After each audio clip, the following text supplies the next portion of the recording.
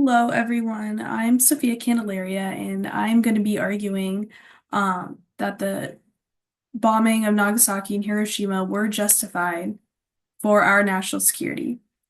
Um, and so let me start off by saying this is a terrible thing that happened, and it killed a lot of people, but it was for the best and for the benefit of both Japan and the US.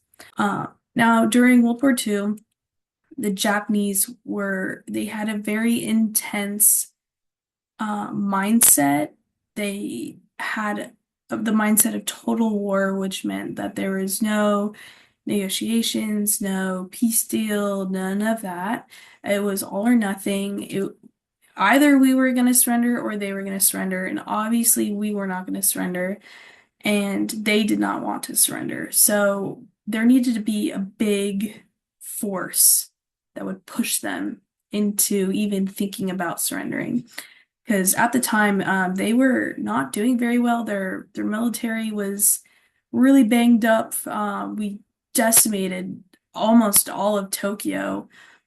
We had major bombing campaigns over Tokyo, and I believe 60% of Tokyo was destroyed or on fire and killed upwards of 300,000 people.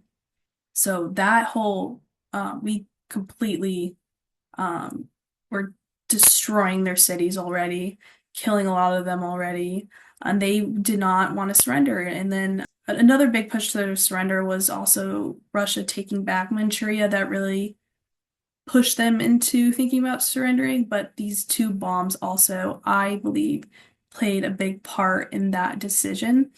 And if they did not take that decision, if they did not surrender at that time, we were, we had plans written up and we were ready to go in and invade the mainland, and do it by force. If that were to have happened, way more people would have died.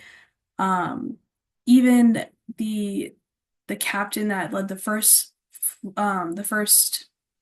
wave of Pearl Harbor, his name was Captain Fuchida, and he had a conversation later with General Tibbets, who was in charge of the bombings, and they had a little conversation after the war, and Captain Fuchida acknowledged the A-bomb was a good idea, and he he knew his people. He knew what would have happened if we would have invaded, and he had said the people of Japan would have fought with sticks and stones to the very end, and way more people would have died, and it just would have been a complete mess for both sides.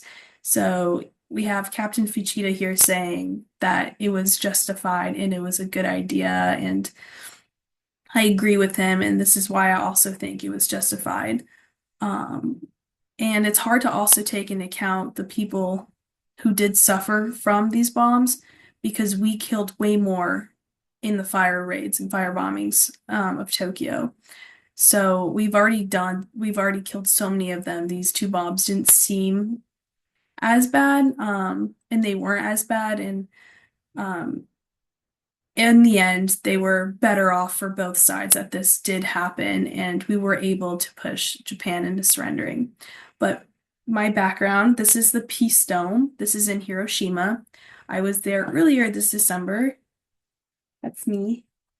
And I was able to go to the museum and see all of that, and I got to really learn about how they felt about bombs. Since this incident, what we did, they have they don't have real animosity, I don't think, but they also really do not want to build bombs. They don't have any facility. They are in the nuclear peace agreement. They are very pacifist now, which is crazy, but they're very pacifistic.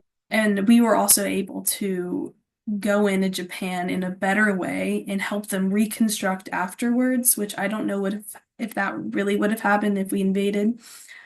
Japan was able to really invest in their country after the war because we took away their military ability and we kind of became their protectors, and they were able to spend all their money rather on defense.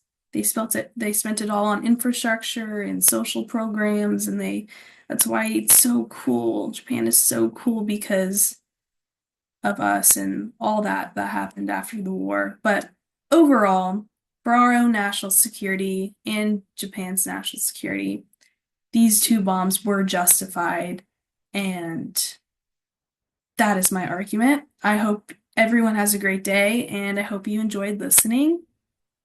Bye.